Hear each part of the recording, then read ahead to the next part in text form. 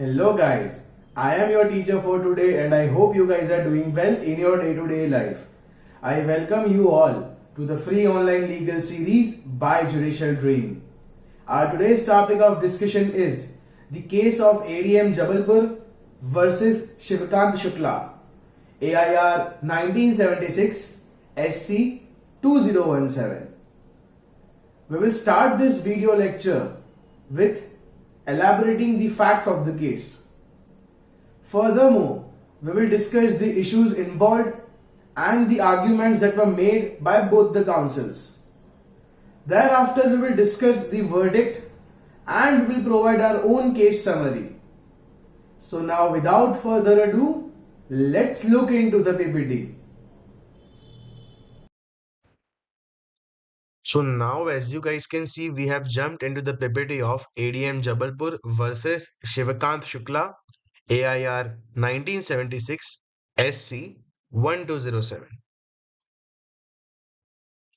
सबसे पहले जो है हम इस केस के फैक्ट्स को समझ लेते हैं। इमरजेंसी का period, which is also known to be as the darkest period of our Indian constitution, कि उस टाइम पे लॉ एंड ऑर्डर के अंदर कुछ ऐसे चेंजेस लाए गए थे, they were completely arbitrary and against all the principle of law. जब इस इमरजेंसी के पीरियड को लाया गया था, उस टाइम पे आर्टिकल 359 क्लॉज 1 को जो है इम्पोज किया गया था, which ultimately took away the citizens right to approach the supreme court under article 32, कि जब हमारे कोई भी फंडामेंटल राइट्स अगर उसका वायोलेशन होता है या उन्हें छीना जाता है हमसे, तो हम सुप्रीम कोर्ट्स को अप्रोच नहीं कर सकते अंडर आर्टिकल 32। ये था प्रेसिडेंशियल रूल का सबसे मेन हाईलाइट, कि जब कभी भी एक इमरजेंसी डिक्लेयर की जाएगी ऑन नेशनल लेवल, कि जब स्टेट के अंदर या पूरे नेशन के अंदर कहीं ना कहीं काफी सारे दंगे फसाद हो रहे होंगे, वो सभी चीजों को रोकने के लिए प्रेसिडेंशियल रूल को जो है एप्लीकेबल किया जाएगा।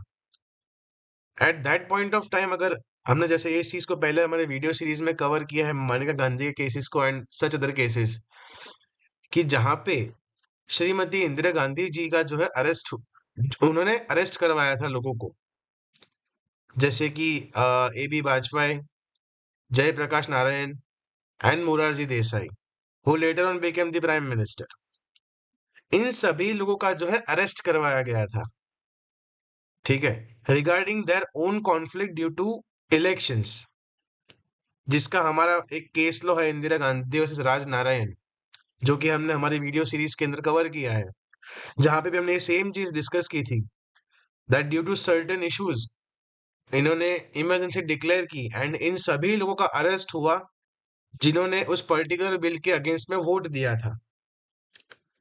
इन सभी मिनिस्टर्स में से कुछ हाई कोर्ट की तरफ गए टू आस्क बेल, कि हमें किस ऑफेंस के अंदर जो है अरेस्ट किया गया है, ठीक है, उसके हमें किसी भी प्रकार के कोई डिटेल्स या इंफॉर्मेशन नहीं मिल रही है। तो उन सभी चीजों के अगेंस्ट में उन्होंने हाई कोर्ट के अंदर जो है पिटिशंस फाइल की, बट कुछ हाई कोर्ट्स ने उनके फेवर में जजमेंट दिए, कुछ ने उनके अगेंस्ट में दिए, बट लेटर ऑन ये सभी ऑर्डर्स जो है चैलेंज्ड हुए थे in this case of ADM Jabalpur versus Shivkant Shukla, कि जहां पे एडीएम जबलपुर जो है, जो वहां पे जो भी लोग थे वो ऐसा बोलने का ट्राई कर रहे थे दैट पीरियड ऑफ इमरजेंसी के अंदर किसी के पास भी राइट्स नहीं है to maintain the peace and decorum, anybody can be arrested. Whereas Shivkant Shukla ji जो है इसके अपोज में थे, ठीक है। अब समझ लेते हैं इस पर्टिकुलर केस के अंदर कौन कौन से जो है वो इश्यूज इन्वॉल्व थे।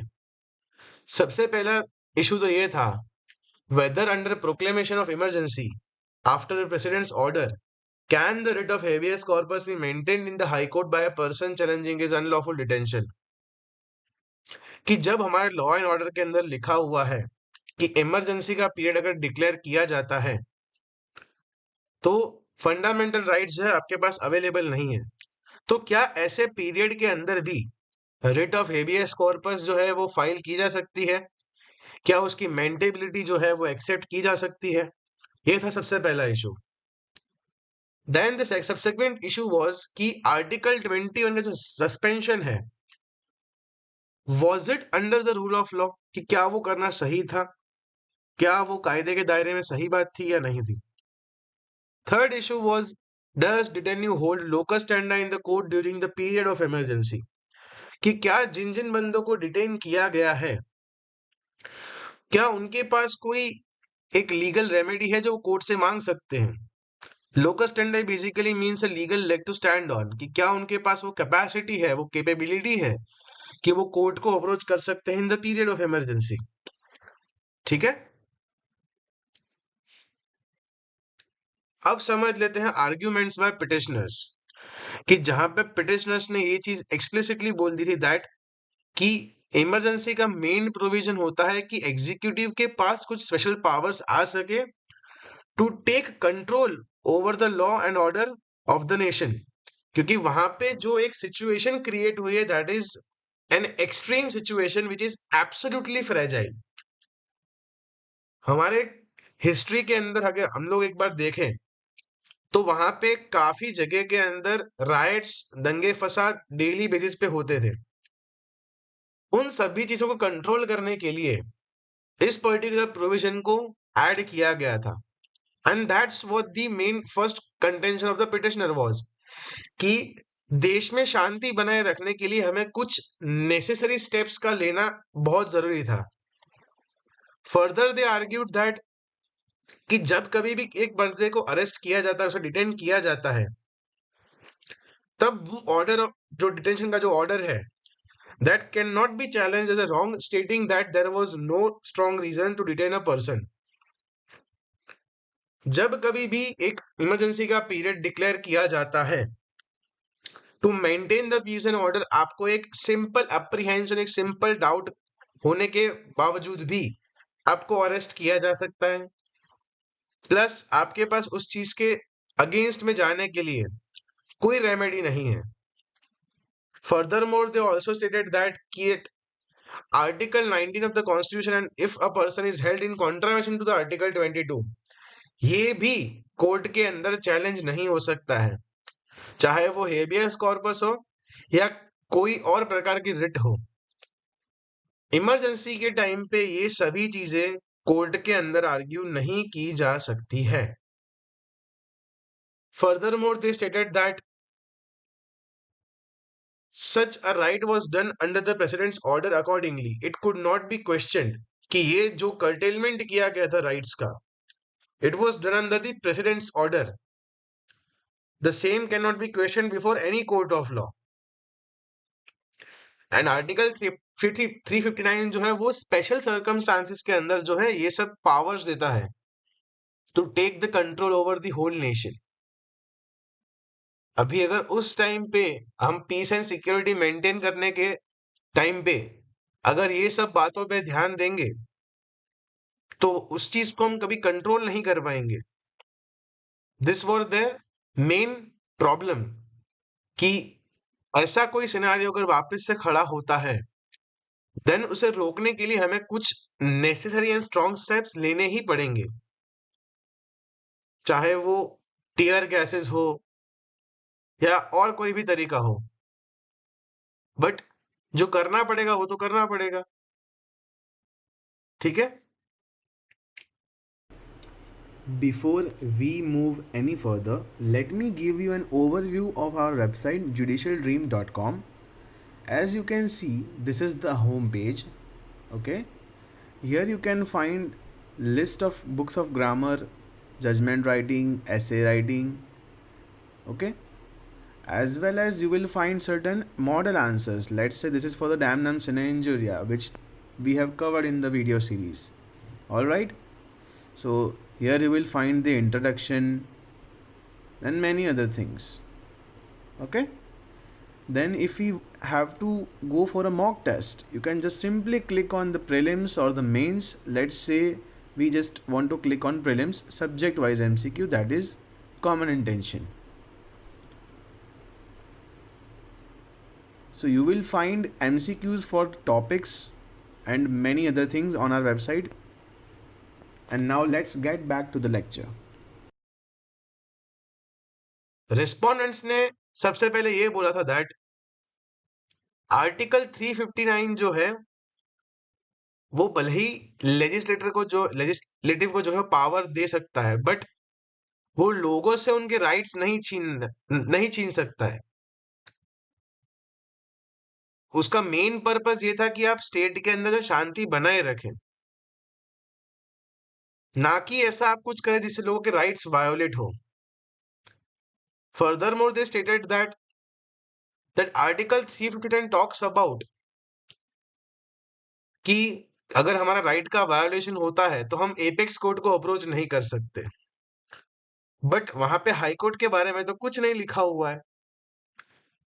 अगर किसी लॉ के प्रोविजन में स्ट्रिक्टली लिखा हुआ है कि अगर इमरजेंसी का पीरियड जो है डिक्लेयर किया जाता है एंड आप इस पर्टिकुलर पीरियड के अंदर आपका अगर कोई भी फंडामेंटल राइट या कोई भी ऐसे राइट्स वायोलेट होते हैं, उसके लिए आप सुप्रीम कोर्ट को अप्रोच नहीं कर सकते।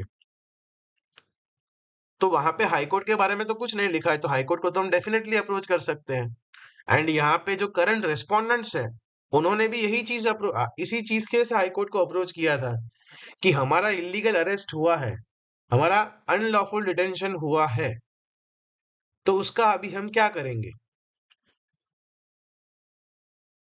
Further they argued that this presidential order was against the principle of natural law and other underlying principles of law. कि उनका एक ही मेन क्वेश्चन था कि अगर हमारा अरेस्ट हो रहा है देन वो उसी सर्कमस्टांसेस के अंदर होना चाहिए कि जो हमारे लॉ ने सेट किया है, जो प्रिंसिपल्स जो प्रोविजंस हमारे लॉ ने प्रिस्क्राइब किया है उसी के अंडर में हमारा जो है अरेस्ट होना चाहिए। जस्ट बिकॉज हमारे पे कुछ डाउट है दैट हमने सो एंड सो क्राइम किया होगा या हम करने वाले हैं, उस बेसिस पे अगर आपके पास कोई एविडेंस नहीं तो आप हमारा अरेस्ट क्यों कर रहे हो। Moreover, it was also contended that Article 21 is not only a torchbearer of the rights to life and personal liberty. There are rights that are not fundamental rights but are statutory or natural rights. And ये सभी rights जो है ये presidential order की वजह से लिए नहीं जा सकते हैं अंडर एनी सर्कमस्टांसेस। अगर आप किसी एक पर्सन का right to life and personal liberty निकाल दो, आर्टिकल 19 में लिखे हुए सब राइट्स निकाल दो, आर्टिकल 15-16 में दिए हुए सब राइट्स को आप रिमूव कर दो, आर्टिकल 14 में लिखी हुई आप इक्वालिटी को हटा दो, तो लोग जिएंगे कैसे।